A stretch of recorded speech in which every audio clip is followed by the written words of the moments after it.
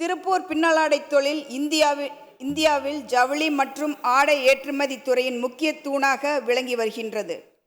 மாவட்டத்தின் தொழில் வளர்ச்சி மற்றும் தொழிலாளர்களின் நலன் தொடர்பாக பல்வேறு முக்கிய பிரச்சனைகளை மற்றும் எதிர்கால வளர்ச்சிகள் குறித்து மாண்புமிகு பேரவைத் தலைவர் அவர்களின் வாயிலாக தமிழகத்தினுடைய முதலமைச்சர் புரட்சி தளபதி அவர்களுக்கு கனிவோடு சமர்ப்பிக்கின்றேன்.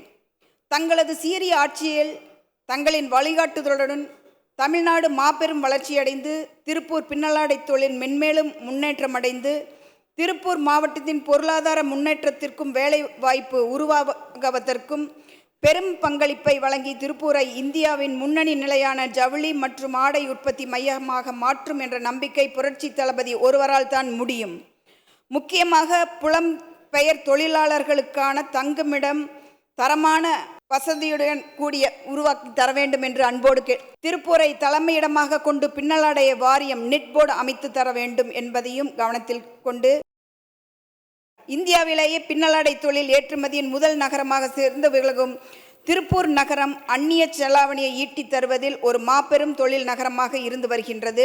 இங்கு தொழிற்சாலைகளால் வெளியேற்றப்படும் சாயக்கழிவுகளால் உள்ள உப்பு சுமார் 1.5 லட்சம் டன் அப்புறப்படுத்தும் சூழ்நிலை ஏற்பட்டுள்ளது. இதனால் மக்களுக்கு ஏற்படும் சுகாதார கேட்டினை தடுக்கும் வகையில் இங்கு உள்ள குப்பைகளை அகற்ற தனியாக ஒரு மையம் அமைத்தால் சுகாதார சீர்கேடு ஏற்படாது என்பதை மாண்புமிகு முதலமைச்சர் அவர்களின் மேலான கவனத்திற்கு சமர்ப்பிக்கின்றேன்.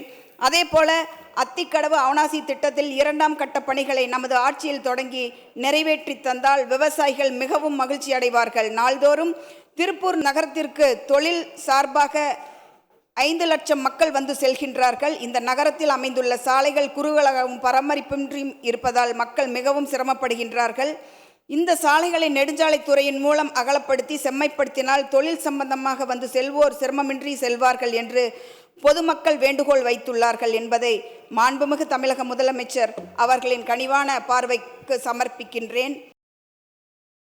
பிறப்பது ஒரு முறை, வாழ்த்தட்டும் தலைமுறை. தங்கள் பிறந்த நாள் இந்த நாளில் வாழ்த்த வாய்ப்பு கிடைத்ததை பெருமையோடு வணங்கி நன்றியை தெரிவித்துக் கொண்டு விடைபெறுகிறேன். நன்றி.